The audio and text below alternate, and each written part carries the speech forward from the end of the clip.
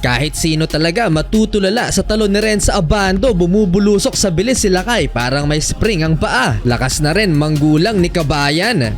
Aniyang Red Boosters versus Daegu Korea Gas Corporation ng team ni SJ Belangel at Andrew Nicholson. 10 segundo nang magsimula ang first quarter, gusto agad binyagan ni Renz Abando ang teammate ni SJ. Unsuccessful dunk, another highlight na naman sana sa KBL career ni Lakay. Andrew Nicholson back-to-back field goals, 8-minute mark Renz Abando and 1 layup. Finally, naitala ni Renz ang una niyang puntos. Mintis nga lang ang bonus free throw. 이쪽도 사이드에서 돌아나갑니다. 렌즈 아반도. Bawi agad si SJ para sa Kogas running bank shot. 5 minutes lang nagtagal ang former Ateneo point guard at inilabas din. Napasobra naman ang paggulang sa kalaban si Renz Abando at itinulak ang offensive player papuntang sideline. Personal foul si Renz, sumunod na possession, another 2 points for Lakay. Pump fake, kumagat ang kalaban, dunk for Renz Abando. 렌즈 아반도. Nagtagal lang 7 minutes sa opening frame si Abando, 4 points, high scoring ball game 41-30, lamang ng 11 points ang kaniyang Red Boosters.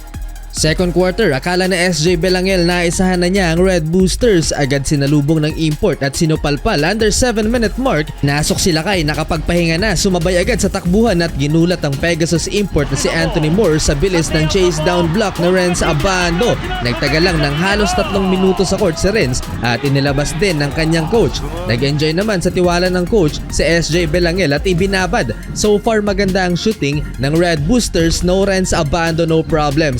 64-48, lamang halftime mga idol ang aniyang. Parehong 4 points sa first 2 quarters ang dalawa nating kababayan.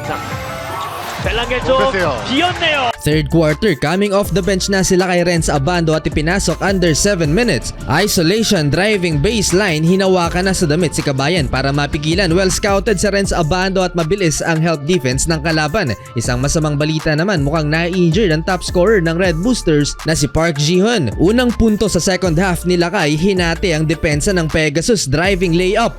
샤클락이 줄어들고 있습니다. 스플릿 디펜스 아반도 돌파. 와우! Another one for Lakay, Renz Abando, catch and shoot 3-pointer, pero SJ Belangel matalas ang vision, assist sa libreng kakampi. Nagtala pa ng isang block si Lakay bago mag-end ang third quarter, lamang pa ng 10 puntos ang kaniyang Red Boosters, 79-69. Start of fourth quarter, na ibaba na sa 8 ang lamang ng kaniyang Red Boosters dahil kay Andrew Nicholson.